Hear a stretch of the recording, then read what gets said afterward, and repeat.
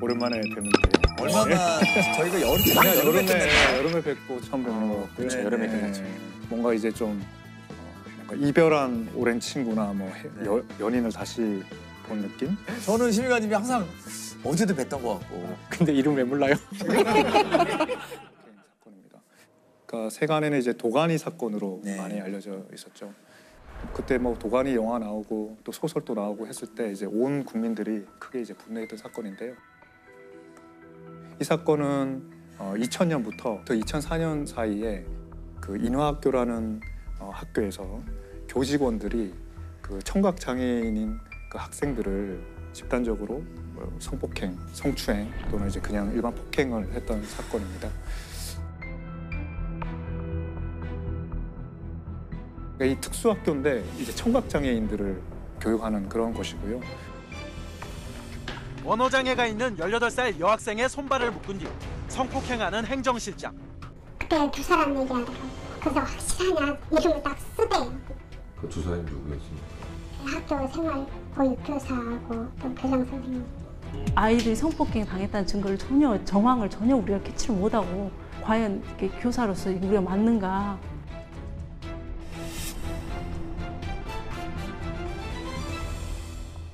어릴 때부터 청각 장애를 가지고 있으면 또 아무래도 이제 말도 잘 하기 좀 불편하고 그러다 보면 이제 지능 장애가 있는 경우도 좀 있습니다. 그래서 그런 아이들을 이제 그 교장, 뭐 행정실장, 교직원 이런 사람들이 성폭행이나 성추행을 했던 사건이고요. 여러분 이제 영화를 보셨는지 모르겠는데 영화를 보시면은 되게 그 참혹하잖아요. 정말 보기 힘들더라고요. 네, 그 나이 많은 교장이 막 그게 이제 소설보다 훨씬 수위를 낮춰서 영화를 만들었다는 거고요. 저는 이제 이번에 판결문을 다 봤는데 소설보다 훨씬 더 소설보다 더 힘들고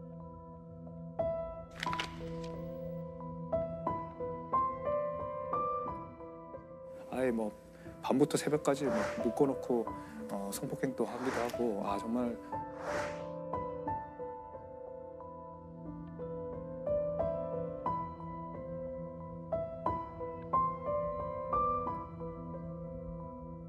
정말 참 충격적인 그런 사건입니다.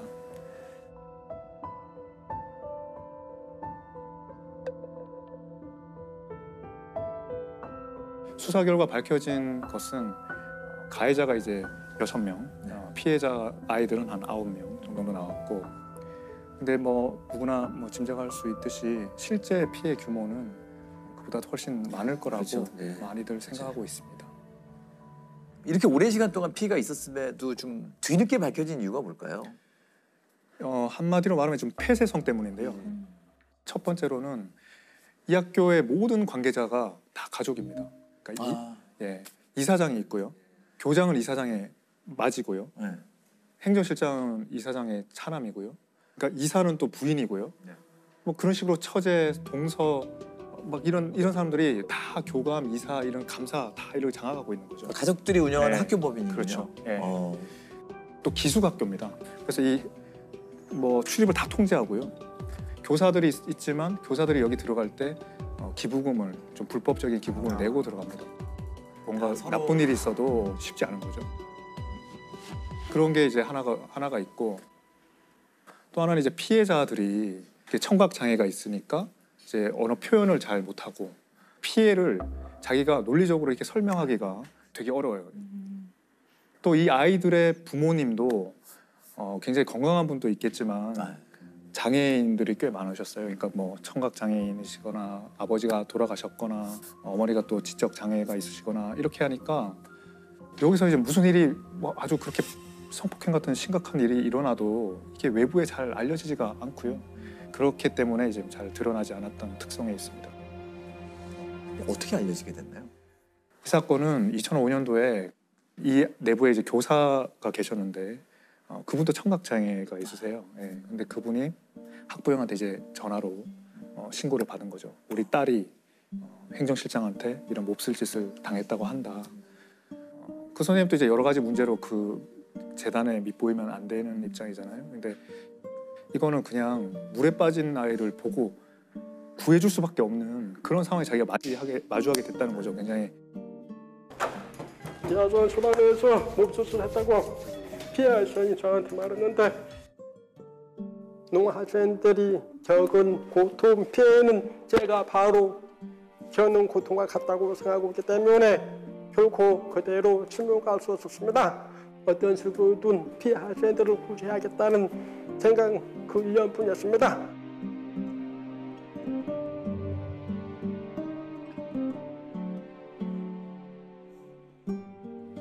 이 사건이 사회적 공분을 그렇게 일으킨 거는 범죄 자체가 너무 끔찍하고 탐욕적이고 막 그런 것도 있지만 그에 못지않게 이 사람들이 처벌을 너무 경매하게 받았기 때문이거든요. 그러니까 뭐 10몇 살짜리 강간한 교장이 결과적으로는 징역 2년 6월에 집행유예 3년. 행정실장도 징역 8개월. 뭐 다른 교사도 뭐 징역 10월, 뭐 징역 6월 뭐 이렇게 너무 받았습니다. 경미한데요. 그리고 뭐 일부는 공소시효가 완료됐다고 아예 서너 교직원은 문제도 안 됐고요. 당시 가해자로 지목된 6명 가운데 4명만이 실형을 선고받았고 이들마저도 항소심에서 집행유예로 풀려났습니다. 그러니까 저도 제가 판사 때 이 사건이 나왔는데요. 이게 지금 와서 돌아봐서 이제 여러 가지 이 원인이 뭘까 생각해 보면 뭐 크게 두 가지인 것 같습니다. 그 당시 법이 가해자에게 좀 유리한 측면들이 있었고요. 기본적으로 성범죄가 다 친고죄였습니다. 친고죄라는 거는 피해자가 고소를 해야만 수사를 진행할 수 있고 또 재판을 할 수 있는, 판결을 할 수 있는 그런 거였거든요. 피해자가 고소를 안 하고 있거나 피해자가 처음에 고소를 해도 합의를 해가지고 고소 취소가 되면 그냥 그 순간 수사도 중단하고 재판도 중단하고 그냥 처벌을 면하는 그런 시대였죠. 지금 시대랑 안 맞는 거죠. 예. 그리고 두 번째는 이제 고소를 하더라도 고소의 기한이 정해져 있었어요. 예. 예. 고소를 그냥 아무 때나 할 수 있는 게 아니라요. 그렇죠. 범인을 안 날부터 1년이거든요. 예. 그 당시 법이 범인을 안 날부터 1년이에요. 아, 그래요?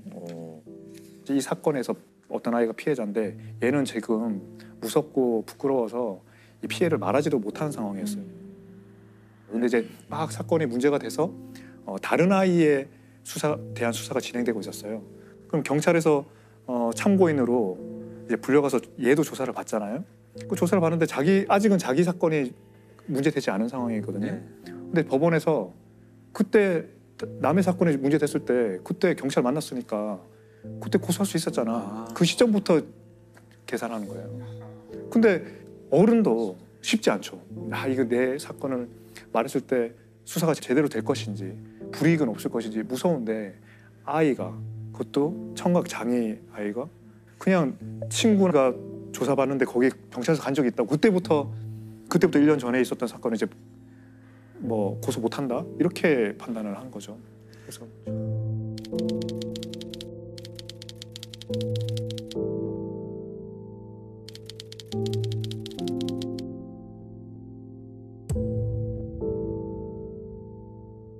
또 하나 이제 그 판사들이 이제 판단한 것 중에 또 하나는 이제 이런 고소기간 친고죄가 아닌 범죄로 검찰에 이제 그때 기소를 해보려고 그랬어요. 네. 그러니까 장애인에 대한 중간간죄로 기소를 했습니다. 이 범죄자들을. 그러니까 고소기간이 많이 지나도 할 수 있잖아요.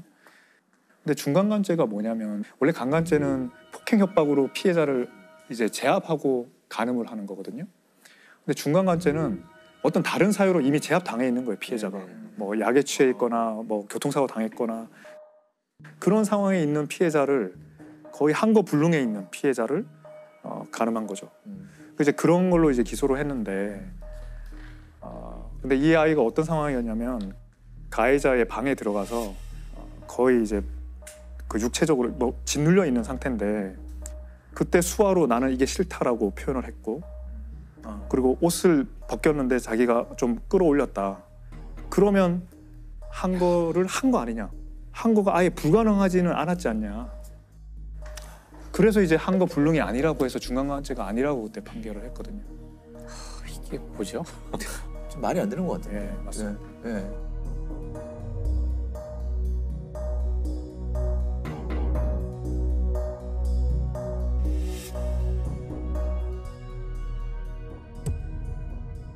지금도 마찬가지예요. 사실 아동 피해자도 그렇지만 실제 중간간 사건의 유죄를 입증하는 것 자체가 수사기관에서 사실 어렵죠. 그러니까 의식이 조금이라도 있었거나 한 거 불능이라고 보기 어려운, 그러니까 뭔가 무엇이라도 내가 한 거를 조금이라도 할 수 있었던 상황이 된다? 맞습니다. 그럼 이건 중간간 상황이 맞습니다. 아니에요. 한 거 불능이 아니기 때문에 중간간이 아니다가 그렇죠. 무죄가 되는 거예요. 네. 그게 일반인들한테도 그렇게 적용하면 굉장히 너무 엄격하고 불합리하고 정의롭지 못한 판결이 나올 수밖에 없는 그런 해석인데 이 피해자들은 아이들이고 그렇죠. 장애가 있는 아이들이잖아요. 그러면 그런 애들에 대한 해석은 똑같을 수가 없어야 되는 거 아닌가 그런 생각이 있거든요. 이 경우에 한 거 불능이 아니면 도대체 뭐가 한 거 불능일까? 참. 그래서 이 이후에 이제 영화 도가니가 나오게 된 거죠. 예. 그러니까 이 판결이 뭐 보시다시피 이제 굉장히 납득하기 어려운 판결이고 형량이잖아요. 봉정 작가가 이 도가니라는 소설을 이제 2009년에 써서 알려졌고 이게 영화화되면서 이제 널리 알려졌는데 왜 이 사건을 소설로 썼나 그 이제 여기에 이제 작가의 말에 있습니다. 이 판결이 나오던 선고되던 날 그 법정에서 이 학교의 아이들, 청각장애인 아이들이 많이 와서 봤어요. 근데 그 아이들이 이제 어떻겠어요? 이 선고되는 거 보면서 정말 너무 이제 분노하고 슬프고 이 말로 표현할 수 없는 그런 좌절감을 느꼈을 거 아니에요? 그러니까 그거를 인턴 기자가 이제 썼던 거예요. 그 기사를. 그걸 보고 이제 공정 작가가 이거는 내가 소설을 써야겠다 이렇게 마음을 먹었답니다. 근데 그 인턴 기자가 뭐라고 썼는지를 제가 좀 읽어드리겠습니다. 예, 이 소설을 처음 구상하게 된 거는 그날의 법정 풍경을 그린 젊은 인턴 기자의 스케치 기사였다. 그 마지막 구절은 아마도 집행유예로 석방되는 그들의 가벼운 형량이 수화로 통역되는 순간 피고인 박보현 징역 8개월에 집행유예 2년. 피고인 이강복 징역 6개월에 집행유예 1년. 피고인 이강석 징역 6개월에 집행유예 1년. 검찰 측은 피고인들의 석방에 필요한 절차를 진행해 주시기 바랍니다.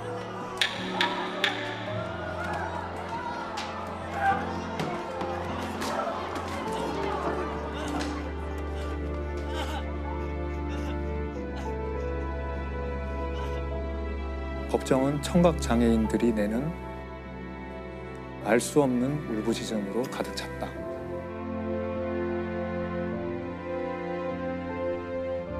너무 슬픔의 광란의 도가니 뭐 이런 의미로 작가가 쓰지 않았냐 이렇게 추측도 하셨는데 원래 도가니라는 이름은 쇠를 녹일 수 있을 정도로 뜨거운 어떤 그런 그릇 같은 거라는 겁니다. 또 아니면 이제 슬픔이나 강한 감정에 격정이 들끓는 그런 상태를 말하는 건데 이 학교, 이 법정 얼마나 들끓었겠어요. 그 좌절감과 슬픔과 분노 이런 걸로 그 도가니를 말하는 거 아닌가 그런 생각을 했습니다. 그래서 결국 이 소설과 영화가 나온 이후에 좀 변화가 있었나요? 그래서 온 국민들이 이제 들끓어져, 그러니까 나라 전체가 이제 도가니가 된 거예요. 어떻게 이런 일이 일어날 수 있나. 학교 법인의 사과와 재발 방지 대책, 감독기관 처벌 등을 요구하는 청원방에는 이틀 만에 4만여 명이 서명했고 영화 도가니가 개봉 일주일 만에 100만 명에 가까운 관객을 동원하면서 대중의 공분을 사고 있습니다. 그러면서 이제 완전히 다른 국면이 이제 펼쳐지게 됩니다. 일단 특별수사팀이 경찰에서 15명이 이제 구성이 됐고요. 예전에 불기소됐던 그런 부분들도 다시 수사를 해가지고. 그럼 원래 기소했던 건으로 다시 기소를 하게 되는 건 안 되지 않나요? 그 재판받은 거는 이제 건드릴 수가 없는 거고 네네. 일단 무혐의한 게 있어요. 증거 부족하다는 걸. 그럼 이제 추가 증거를 찾아가지고 기소를 한 거죠. 네.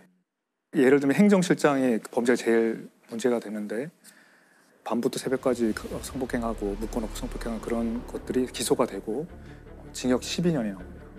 12년이 나오고 2심에 가서 이제 8년으로 감형이 됐는데요. 검찰 구형보다 더 세게 나오고 그리고 인하학교도 2012년에 폐교가 됩니다. 사람으로서 누려야 될 기본적인 권리와 책임을 방기한 사람들, 그것을 관리 감독해야 될 책임이 있지만 소홀히 하고 방기한 우리가 이 자리에 모인 것입니다. 장애 학생 성폭행 사건을 다룬 영화 도가니의 실제 범인인 광주 인화학교 전 행정실장에게 징역 8년이 확정됐습니다.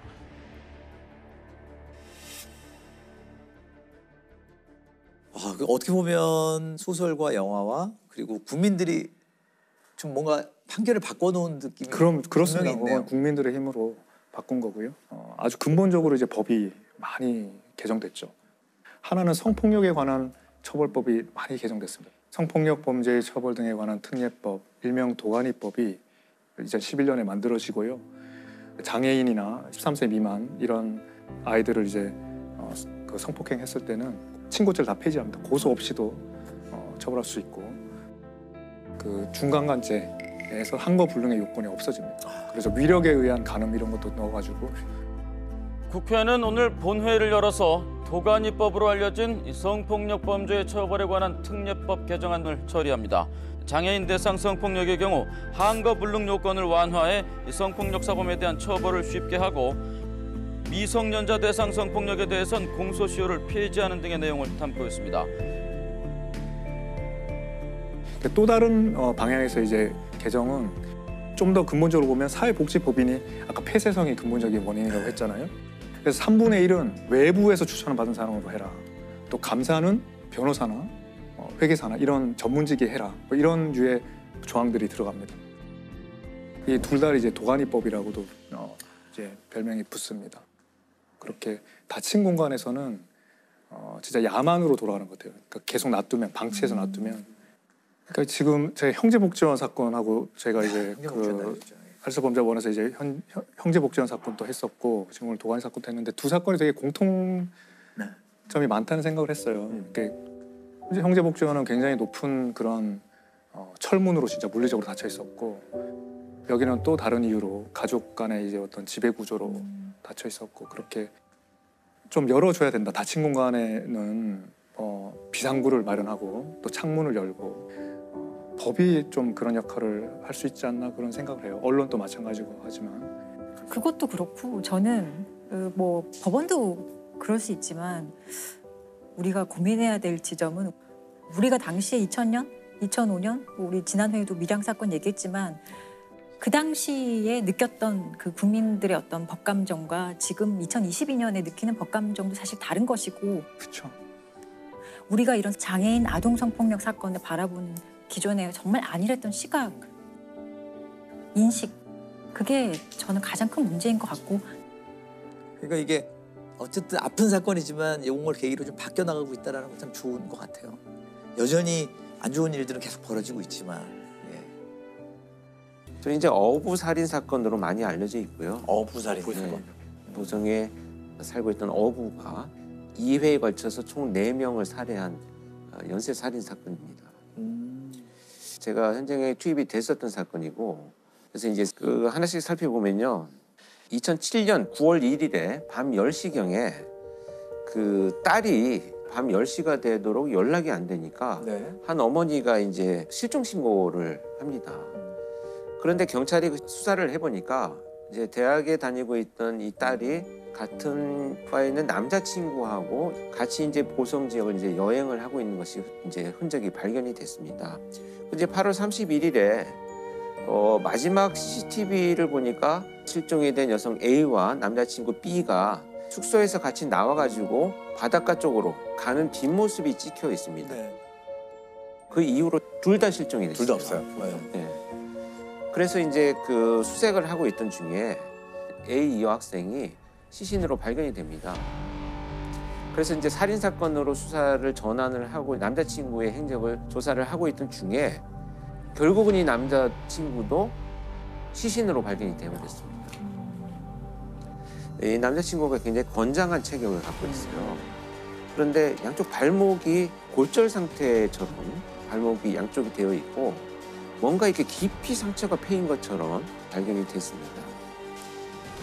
그래서 이제 수사가 전개되고 있던 중에 9월 25일에 놀러 온 두 여성이 있었는데 또 시신으로 발견이 됐습니다. 다 보성에서요? 그렇죠. 그 장소 근처 이제 인근 해안이죠. 인근 해안에서 이제 경찰이 거기서 수사를 하고 있는데 시신이 또 발견이 되는. 그렇죠. 수사를 하고 있는데 또 2명의 시신이 발견이 된 거죠. 이건 뭐 사고사라고 하더라도 우연히 20일 만에 두 팀이 시신으로 발견된다는 거 이해하기 어려운 사건인데. 크지도 않은 마을에. 그렇죠. 그런데 여기에서 문제가 됐던 것이 뭐냐면 이 두 시신에 남아있는 흔적이 앞에 발견됐던 시신의 흔적처럼 날카로운 것에 배어 있고 또 있어요. 또 골절이 있었던 거예요.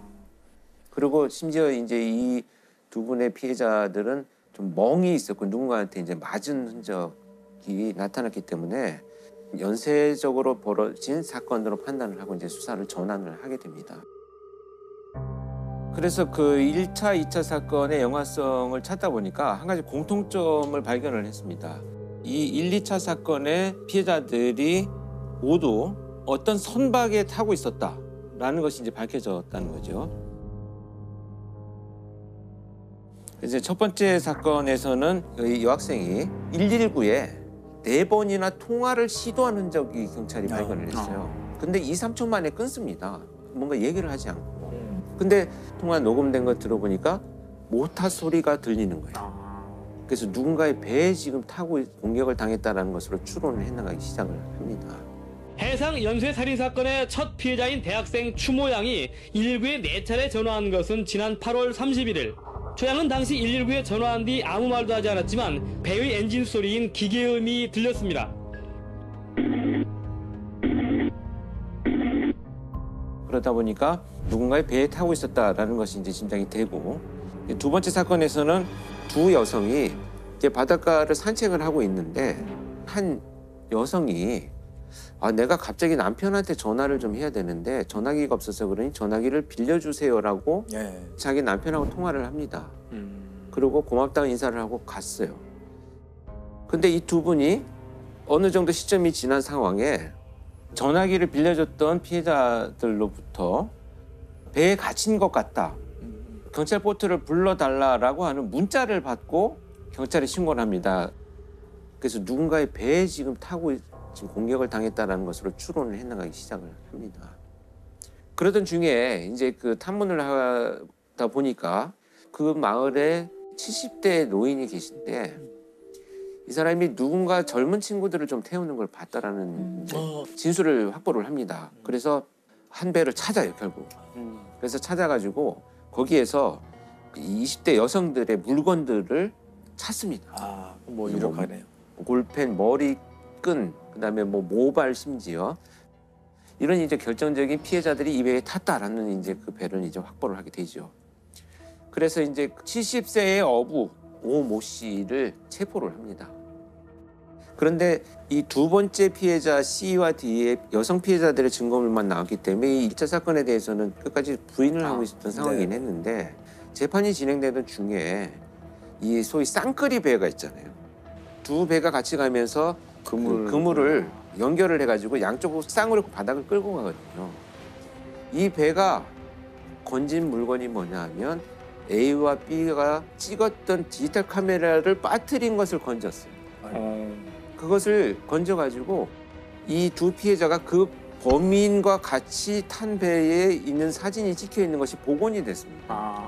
그러니까 뭐 결정적인 증거로 그런 것들을 가지고 추궁을 했더니 이제 결국 자백을 합니다.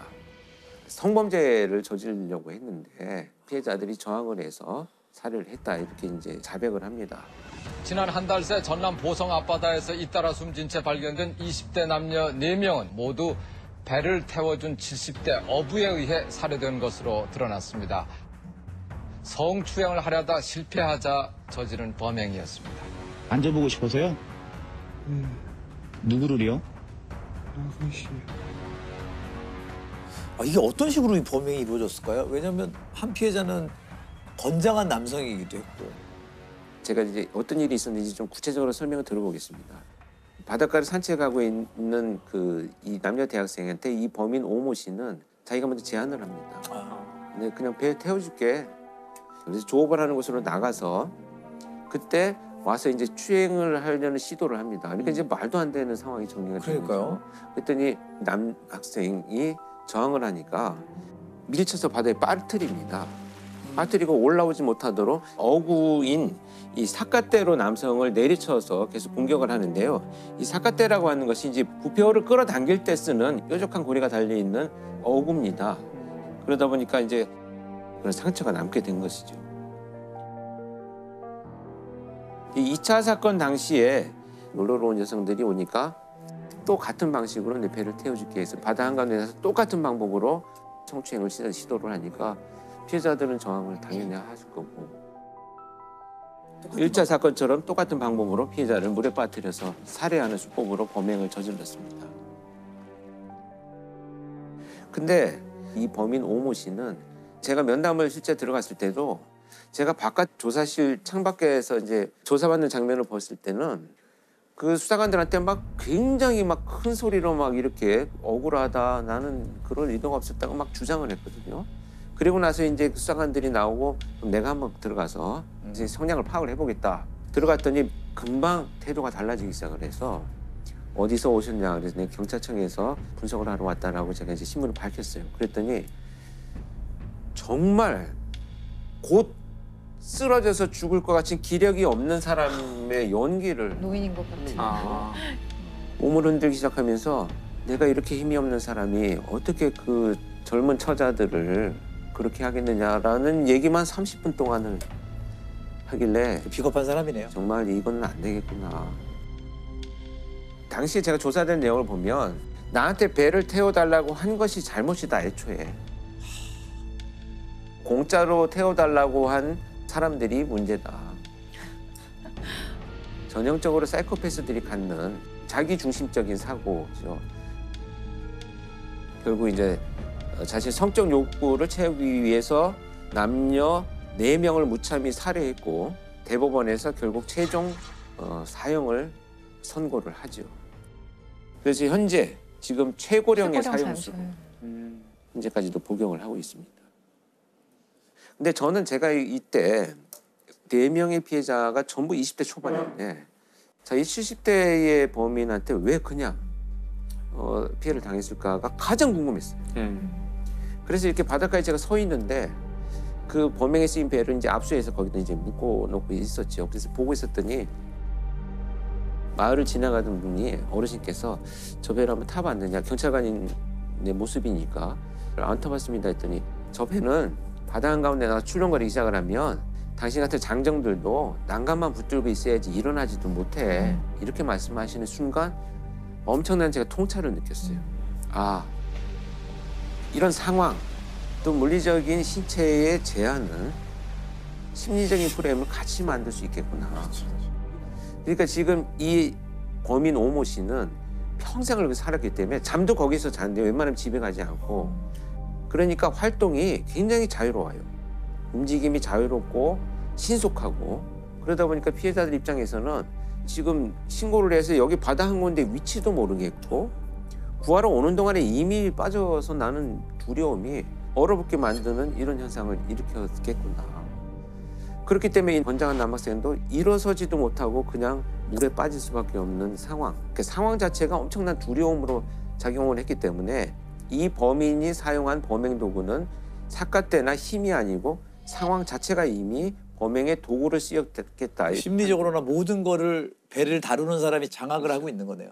이렇게 상황을 통제하는 수법의 범죄 유형들이 또 있을까요? 그래서 저는 이해가 되지 않았던 사건들 중에 하나가 뭐냐면 2001년도에 부산의 한 주택가 골목에서 교회에 가던 한 여성 주부를 납치해가지고 열흘 정도 자신의 옥탑방에 가두어 놓고 성폭행을 저지른 사건이 발생했는데 이 사건의 범인은 김길태라는 자였습니다.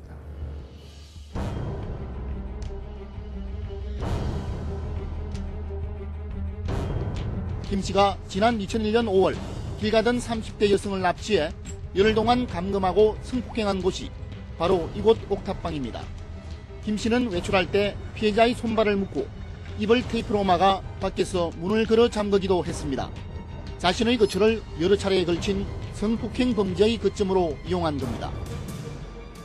어부 사건이 선박이라고 하는 장소를 이용을 했다라고 하면 김길태 사건에서는 자신의 옥탑방 이용했다라고 하는 이 장소적 특성을 우리가 이제 공통점으로 볼 수가 있겠습니다. 근데 피해자가 거기 열흘 동안 이제 감금이 되어 있으면서 김길태가 술에 취해서 잠이 든 사이에 몰래 빠져나와서 경찰에 신고를 해서 체포가 됩니다. 아마 들으시면 너무 분노하고 화가 나실 텐데 제가 방금 말씀드린 이 첫 번째 사건에서 김길태가 무려 50페이지에 달하는 탄원서를 자기가 작성을 해서 법원에 제출합니다. 그 50페이지를 제가 다 읽어봤어요. 일관된 게 뭐냐면 피해자가 유혹의 눈빛을 보낸 것이 계기가 되어가지고 합의된 성관계다를 주장을 하는 납치해온 것은 맞다. 그런데 그 다음에는 대화가 잘 되면서 내가 풀어줬고 또 담배를 피러 가기도 하고 내가 잠깐 전화를 걸고 나가기도 했는데 창문만 열면 도망갈 수 있었는데 피해자가 그냥 있었기 때문에 나하고 사귀고 같이 살려는 마음이 있었던 것이다를 주장한 게 50페이지예요. 범행을 무작정 부인하는 김길태의 태도는 과거 범행들을 보더라도 거의 습관인 것 같습니다. 인정하십니까? 아니 저는 라면 끓여 먹을 밖에 없는데요. 예? 라면밖에 안 끓여 먹는데요. 지난 2001년 주부 납치 성폭행 사건 재판에서는 증거가 나와도 억울하다고 버티는 바람에 성폭행 범행에서는 거의 하지 않는 현장 검증까지 하게 만들었습니다. 덕이 성폭행이 아니라 여성과 동거한 것이라고 주장해 결국 피해 여성은 법정에까지 서서 당시 상황을 증언해야 하는 고통을 겪었습니다. 김길태는 1심에서 징역 12년을 선고를 받습니다. 근데 2심에서 8년으로 감형이 됩니다. 항소심 재판부에서는 피해자가 성폭행을 당한 것 말고는 신체에 위해를 당한 것은 없다는 이유로 김 씨의 형량을 12년에서 8년으로 낮췄다. 예? 직접적인 상해를 가지 않았다. 직접적인 상해가 뭐죠? 물리력 이렇게 때리거나. 아니 성폭행이 상해 아니에요? 참 이해가 안 되는. 김길태의 주장을 그게 상식에 먹혔던 거죠 그 당시에. 오히려 그 상황을 보고 감형을 해준 거예요. 왠지 아까 그런 얘기들을 듣고 변화 생긴 모양이에요 판사가 지금. 근데 그 피해자 입장에서는 방 구조가 워낙 음침하고 옥탑방인데다가 쳐다보는 눈빛조차가 쇠사슬이 묶여 있는 것 같은 이런 느낌이라는 거죠 피해자 입장에서는. 그 공간이 이제 그 가해자의 네. 편이고 가해자의 도구이고 거기서 그 공간이 자기 편이 아니라고 생각하는 사람한테는 제대로 저항을 할 어떤 그런 용기라든가 힘 같은 게 잃게 되는 것 같아요. 실제로 범죄 피해자들이 이런 심리적인 경험을 정말 많이 하는데 네. 그게 그냥 일반적인 성인이고 장애가 없고 이러면 수사기관이나 법원에서 좀 이해하지 못하는 거예요. 맞아요. 기존의 네, 시각에서 네, 바라보니까. 근데 정말 그 당사자들 얘기 들어보면 그 당시엔 아무런 판단이 안 된다 이런 얘기 되게 많이 소위 이제 하세요. 머릿속이 하얘진다. 네. 제가 그래서 여러 가지 그 연구 논문들을 보니까 절박한 공포와 두려움 상황에서 심박수가 뛰기 시작을 하면 110이 넘어가면서 소근육 운동에 마비가 오기 시작합니다. 그래서 휴대폰 신고 번호를 제대로 버튼을 누르지 못한다는 거죠. 이제 손가락이 마비가 오기 때문에. 그다음에 이제 소리를 지르는 것도 어렵게 되는 이런 상황이 전개가 된다. 자, 그래서 제가 말씀드리고 싶은 것은 이제 우리가 뭐 피해자가 도망가지 않았어. 그럼요. 그냥 있었어. 왜 저항하지 않고 고함치지 않았어. 이런 식의 평가들. 정말 우리가 잘못된 그동안의 평가였다는 것을 알 수 있는. 피해자는 의무사항이 없어요. 피해자가 왜 의무사항이. 당연한 말씀이죠. 아주 상식적인 얘기긴 하지만 범죄의 책임은 결국은 가해자한테 있는 겁니다. 그렇죠. 피해자의 상황을 저희가 쉽게 판단하는 것들을 좀 삼가해야 되지 않을까. 그렇죠. 맞습니다.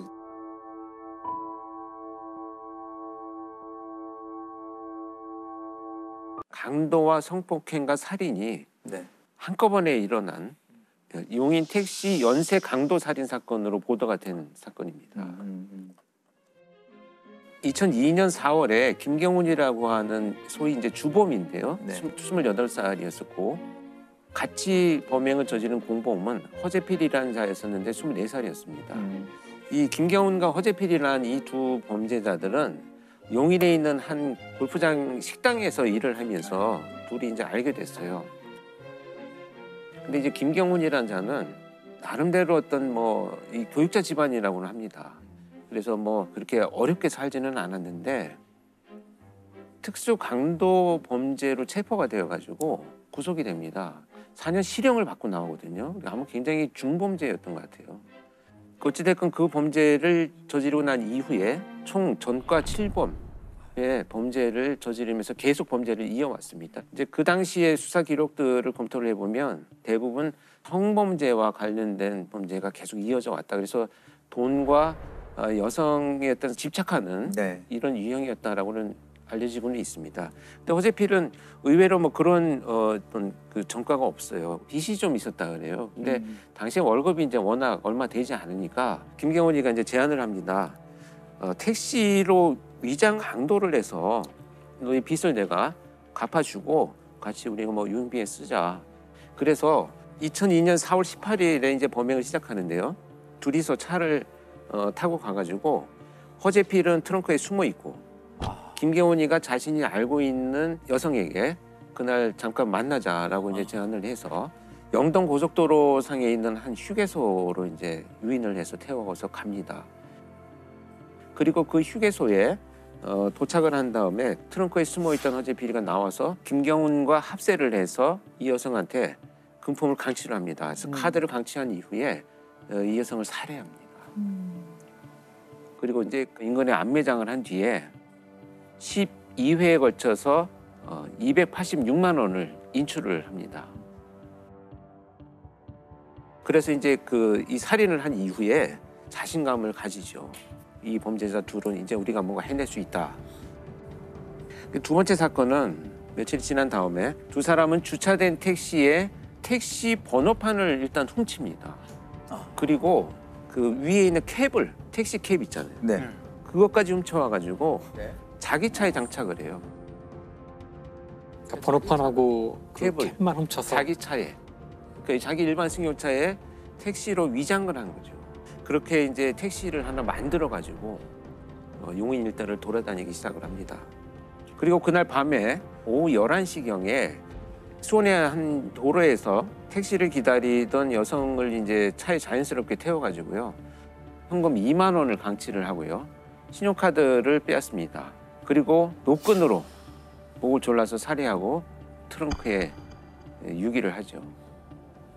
불과 다음 날 이제 막 하루하루 계속 범죄가 이어집니다. 그래서 밤만 되면 택시를 기다리는 여성을 태워가지고 같은 방식으로 범행을 하고 살해를 합니다.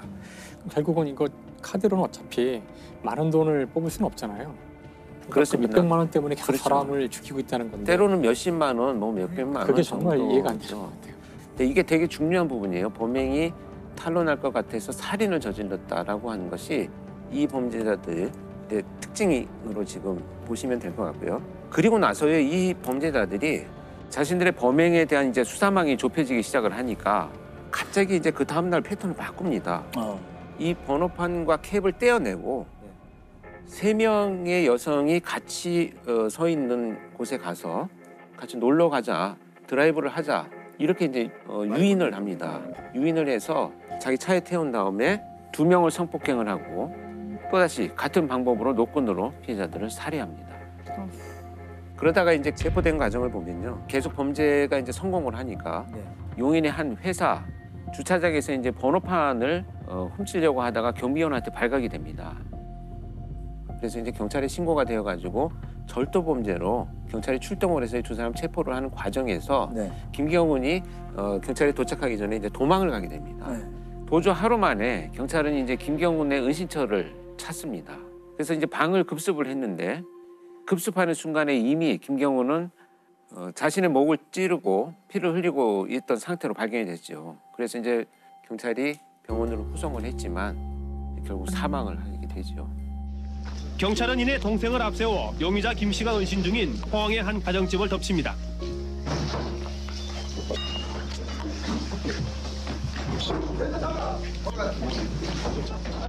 방 안에 숨어있던 용의자 김 씨는 경찰이 들이닥치자마자 바로 자결을 시도합니다.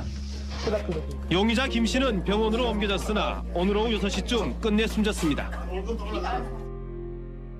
그래서 사실은 체포될 당시에 경찰이 정말 놀랬다 그래요. 저는 이제 투입되지는 않았었는데 차에 그냥 시신들이 이렇게 포개돼 있었죠. 뒷좌석하고 뒷좌석과 트렁크에 그냥 뭐 이렇게 그냥 마치 짐짝처럼. 어떻게 싣고 다니지? 그러니까.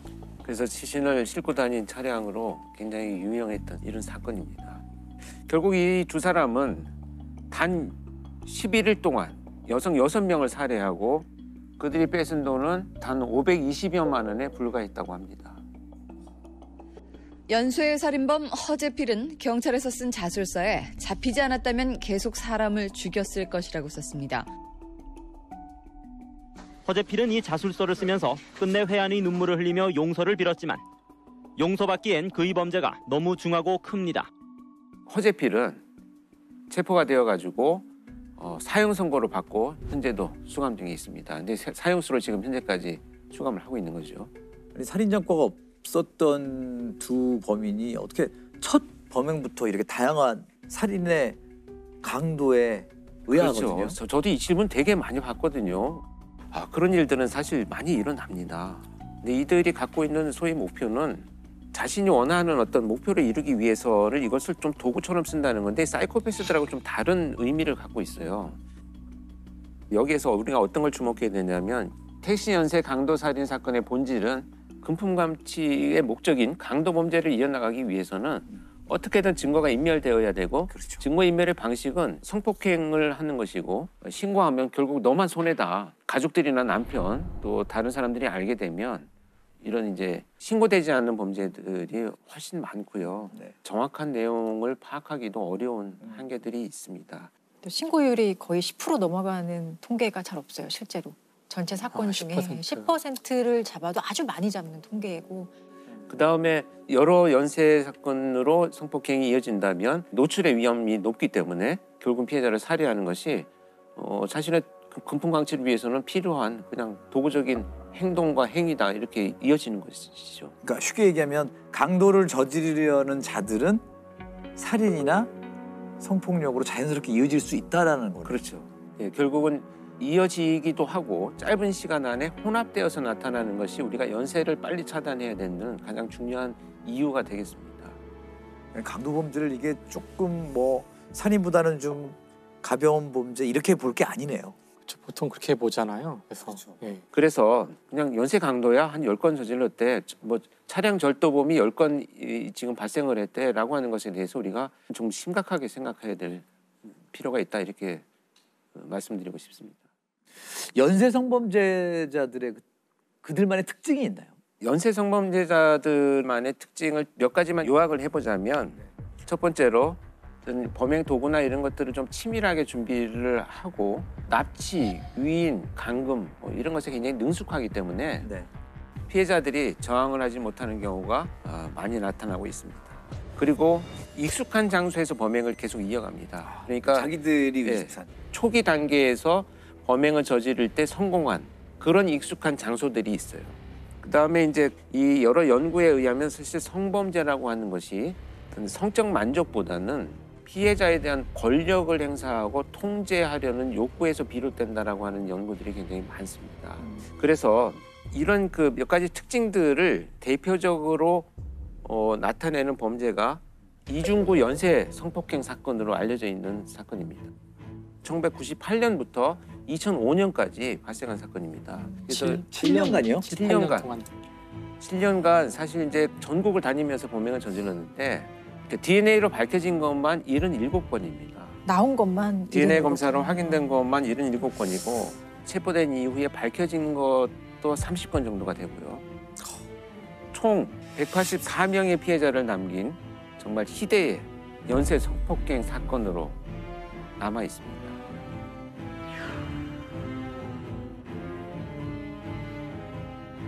이중구는 택시 기사였었어요. 그런데 범행이 처음 발생한 발단이 뭐였었냐면 어떤 여성이 밤늦게 자기 차를 탔는데 돌아왔다라는 이유로 차량 내에다가 택시비를 던져주고 갔다는 거예요. 이건 뭐 본인이 주장하는 겁니다. 그러다 보니까 이제 화가 나서 그 여성이 들어가는 집을 기다리고 있다가 나중에 침입을 했어요. 침입을 했더니 그 여성이 혼자 있어서 자기가 성폭행을 저질렀다라고 이렇게 주장을 합니다. 그 이후로 이제 지역을 옮겨가면서 엄청난 연쇄 성범죄를 저지르기 시작합니다. 주로 젊은 여성들이 많이 살고 있는 대전의 한 원룸촌입니다. 지난 10년간 이 지역에서만 100여 건의 성폭행이 신고돼 여성들의 불안감이 계속되었습니다. 답답하죠. 왜 못 잡을까. 빨리 잡혔으면 하는 바람이죠. 피해자 수도 굉장히 충격적이고 수법도 굉장히 지능적이고 잔인하다고 들었거든요. 이 정말 이런 연쇄 범죄가 성폭행을 목적으로 한 범죄인데 이 성폭행이 첫 번째 범죄를 자기가 진술한 것처럼 화풀이를 했다라고 하는 이 진술이 되게 중요한 부분이거든요. 그러니까 성폭행을 통해서 피해자가 정말 회복될 수 없는 끔찍한 일을 당하고 있는 이런 어떤 고통스러운 모습, 여기에서 아마 굉장히 큰 자극이 된 것으로 판단이 됩니다. 그러다 보니까 범행이 이어져가는 수법도 굉장히 지능적이었고 잔혹했습니다. 범행 초기엔 주로 원룸에 혼자 사는 여자들이 대상이었습니다. 늦은 밤 귀가하는 여성을 따라 들어가거나 아예 가스 배관 등을 타고 미리 들어가 여성이 귀가하길 기다렸다가 성폭행하는 식이었습니다. 이후 발발이의 범행은 갈수록 점점 더 대담해졌습니다. 같은 장소에서 여러 명의 여성을 동시에 성폭행한 경우도 여러 차례 있었습니다. 심지어 한 번 성폭행한 여성을 다시 찾아가 또 성폭행한 경우도 있었습니다. 7년 동안 그 수많은 피해자들 중에 몇몇은 경찰에 신고했을 것 같은데 그런 건 없었나요? 경찰에 신고를 당연히 했죠. 신고를 해서 경찰이 수사를 했는데 이 당시에 저도 사실 그 현직에 제가 있었을 때인데 계속되는 범행이 이어지니 지방에 있는데 이런 범죄 패턴에 대해서 이제 음성 의뢰를 받았었는데 그 당시에 몇 건의 신고된 피해자들은 전부 성폭행이 일어나고 난 이후에 몇 시간 동안을 씻게 만들었어요. 그래서 현장에서 증거물 확보가 불가능했었죠. 피해자들이 그러고 나니까 신고를 해도 불가능하겠다라고 체포가 불가능하겠다라고 포기하는 부분들도 많이 있었고요. 그러나 이제 증거가 나중에 나오긴 했습니다만 이 연쇄 성폭행 이중구의 이런 범죄 유형이야말로 우리가 생각하는 어떤 테러와 같은 정말 성범죄죠.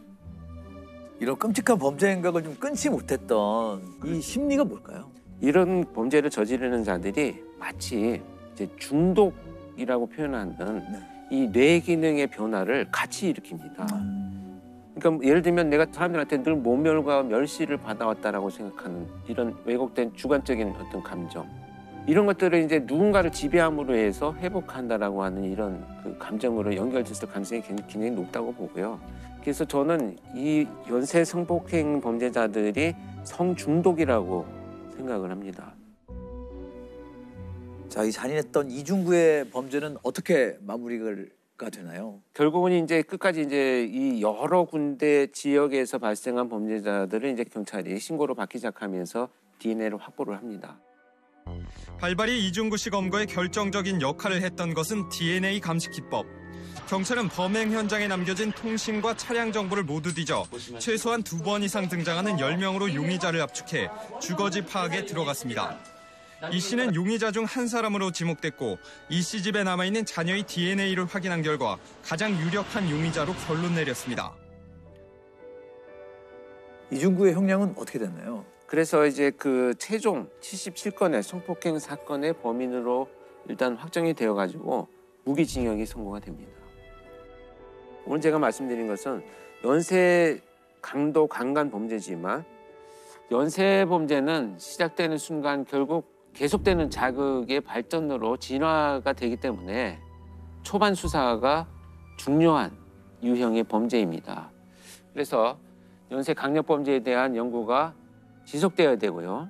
그에 따른 실효성 있는 예방 대책도 늘어나야 된다 이렇게 생각을 합니다. 오늘 제가 얘기하려는 중요한 그 사건은 바로 이 GHB가 그 성범죄에 사용된다는 것이 널리 알려지게 된 계기가 바로 버닝썬 사건인데요. 그 클럽에서 남성 고객들을 유인하기 위해서 그 GHB 그것을 판매하거나 심지어 사용하는 것을 이제 묵인한다는 그런 의혹이 제기됐기 때문인데요. 여기서 태국 남성이 한 사람 등장을 해요. 태국 남성이 버닝썬의 VIP 룸에서 만났던 한국 여성과 술을 마시고 그러다가 여성은 정신을 잃었어요.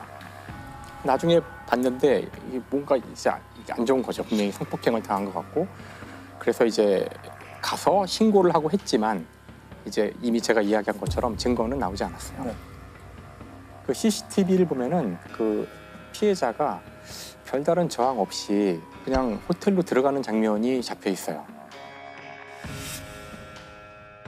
그게 왜냐면은 그 GHB를 먹고 그 기억이 나지 않는 상태에서도 몸은 그냥 움직일 수 있다 그러더라고요. 의식이 없는 상태에서도. 근데 이것이 이제 어떤 문제를 일으키냐면은 나중에 이렇게 CCTV 같은 증거가 남았을 때 이게 자의에 의해서 같이 그 호텔에 가거나 한 것이다라는 식으로 이제 악용이 될 수 있는 이제 그런 상황이 실제로 많이 만들어지거든요. 그래서 상당히 안 좋은 그런 효과라고 할 수 있죠. 그래서 증거가 나오지 않으니까 뭐 이 사람을 뭐 붙들어둘 수는 없는 거고 이 사람은 이제 한국 사람이 아니고 태국 사람이니까 태국으로 출국을 해버려요. 근데 결국 그때 수사가 좀 뭔가 부진했다는 이제 나중에 결론이 나와서 지금은 다시 또 이제 수배를 했다고 하더라고요. 근데 뭐 돌아오지 않으면 잡기는 어려우니까 지금 증거가 있는 것도 아니고 이제 그런 상황이라고 하는데 어쨌든 이 이야기가 나오자 사람들이 사실 나도 그런 일이 있었어, 나도 그런 일이 있었어 하면서 이제 그 우리나라에서 많은 사람들이 불뽕, 그다음에 이 GHB라는 것의 문제에 대해서 모두가 깨닫게 된 거죠. 크게 미치지 않는 술을 먹고 제가 필름이 끊겼다는 거 혹시 약물 의심하냐고 물어봐서 약물 의심한다라고 얘기를 했고 약물이 안 나왔다고 하니까 내 탓으로 돌렸는데 버닝썬 클럽 폭행 보도 이후 SNS를 통해서도 강남 일대 클럽에서 물뽕에 당한 걸로 보인다는 피해 여성들의 증언이 확산되고 있습니다. 중간간 사건 같은 경우는 사실 대부분 피해자들이 난 이런 경험이 한 번도 없었는데요 하고 다 약물 의심을 하고 다 피 검사를 다 의뢰를 많이 하죠. 그런데 정말 막상 검출되는 그 약물은 없기 때문에 오히려 이 피해자를 되게 이상하게 많이들 봐요. 술 먹어서 그럴 수도 있지. 왜 술 먹다가 보면은 이전에 자기의 어떤 행동과 다르게 할 수도 있잖아요. 근데 단순히 술을 많이 해서 만취해서의 상황과 조금은 다른 것 같다는 생각을 저도 많이 했거든요. 저 참 되게 좀 답답하기도 하고. 예. 그래서 GHB 같은 경우는 2020년, 21년 사이에 그 적발된 양 무려 60배가 늘 만큼 지금 엄청나게 이게 범죄에 이용되고 있을지도 모르는 상황이라는 거예요. 근데 이거 말고도 사실 그 문제가 될 수 있는 것이 요 끝에 달려 있는 요거를 떼고 이쪽에 수소를 떼서 요거 이제 GBL이라고 불러요. GBL이라는 물질이고 아까 GHB와의 차이점은 이게 물이거든요. H2O. 물 하나가 떨어져 나온 거예요. 근데 이제 요 물질은 사람 몸에 집어넣으면은 위장이나 입에서 적절한 효소의 작용을 통해서 이 물이 결합할 수 있어요. 이 물이 결합하면은 금방 GHB가 되는 GHB가 되네요. 예, 이런 원리가 있는데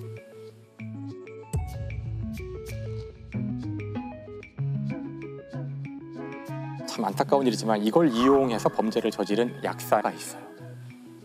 약사니까 이제 요걸 아는군요. 알고 있었던 것이죠. 그래서 30대 중반의 약사였던 A 씨가 약사나 이런 의사 이런 사람들로 주로 상대하는 그런 데이팅 웹 같은 게 있다 그러는데, 근데 거기서 이 약사 A가 어떤 여성 B를 만나서 이제 요 약물을 이용한 강간 사건을 벌이는 거죠. 이른바 물뽕으로 불리는 마약류 GBL을 이용해 여성들을 성폭행하려 한 약사가 기소됐습니다. A씨는 소개팅 애플리케이션 등을 통해 만난 여성 6명을 상대로 물뽕의 원료인 GBL을 술에 타 먹인 뒤 성폭행하는 등의 수법으로 성범죄를 저지른 혐의를 받고 있습니다. 이 경우는 아마 약의 양을 잘 맞추지 못한 건지 여성이 뭔가 이제 이상한데 다행히 정신을 잃거나 그런 건 아니어서 부랴부랴 병원에 가서 진단을 받았는데요. 그때 이제 바로 갔기 때문에 GHB를 검출할 수가 있었고, 사실 이것이 현재 알려진 단 한 건의 물뽕을 이용해서 그 강간 시도를 했던 그 사건이에요. 유일하게. 그러니까 다른 것들은 다 의심은 되지만 한 번도 증거가 나온 적이 없어요. 그래서 검찰은 이제 수사를 한 끝에 약사 A 씨에게서 그 GBL을 1리터를 구매했다는 기록을 찾게 돼요.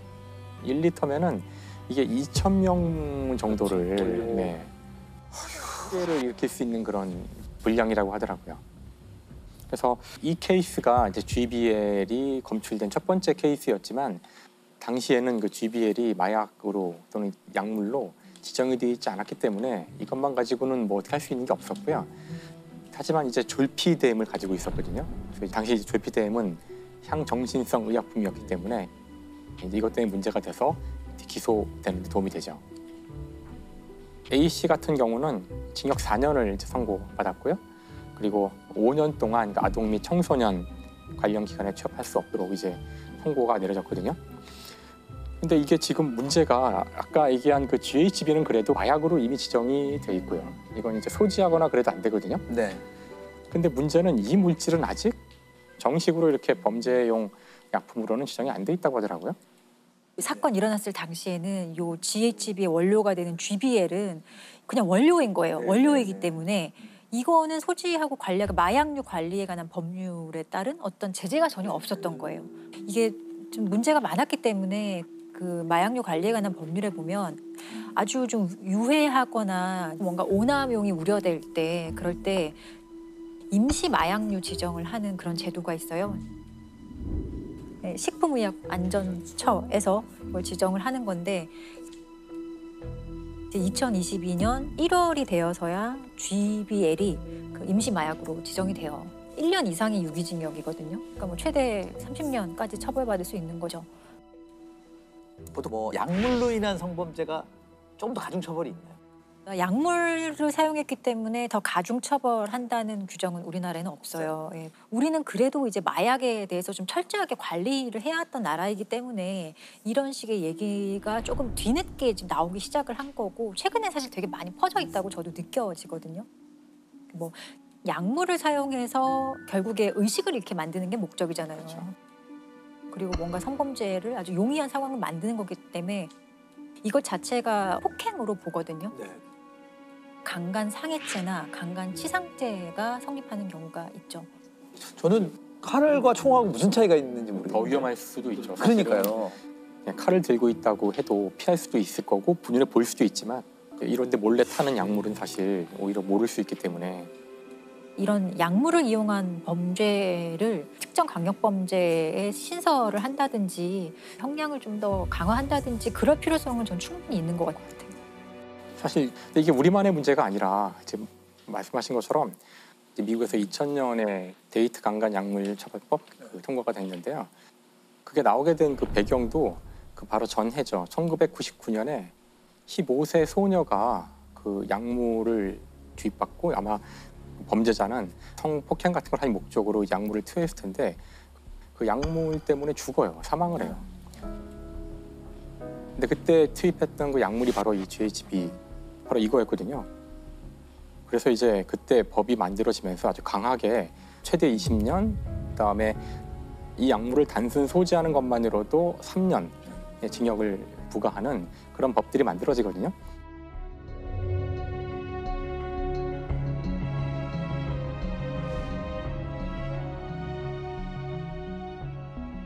그때 이제 벌써 미국이 20년도 더 된 전의 이야기죠.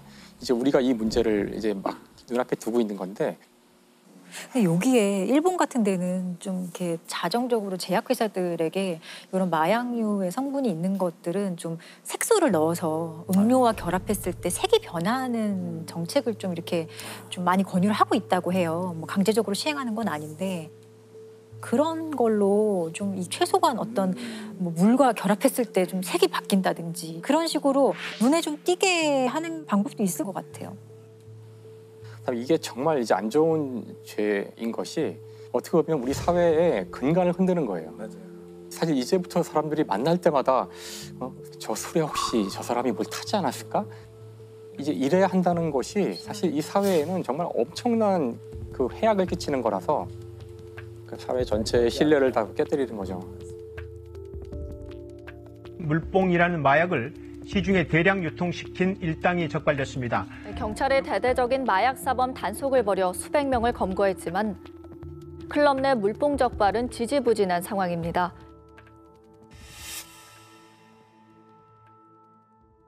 사실 이 약물을 사용해서 성폭행을 하거나 이런 성범죄를 저지르는 일은 굉장히 역사가 깊어서 아주 많은 사례들이 있었어요. 근데 이제 지금 문제가 되는 것은 그 금방 사라져서 잘 검출이 되지 않는 약물이 존재할 수 있다는 거죠.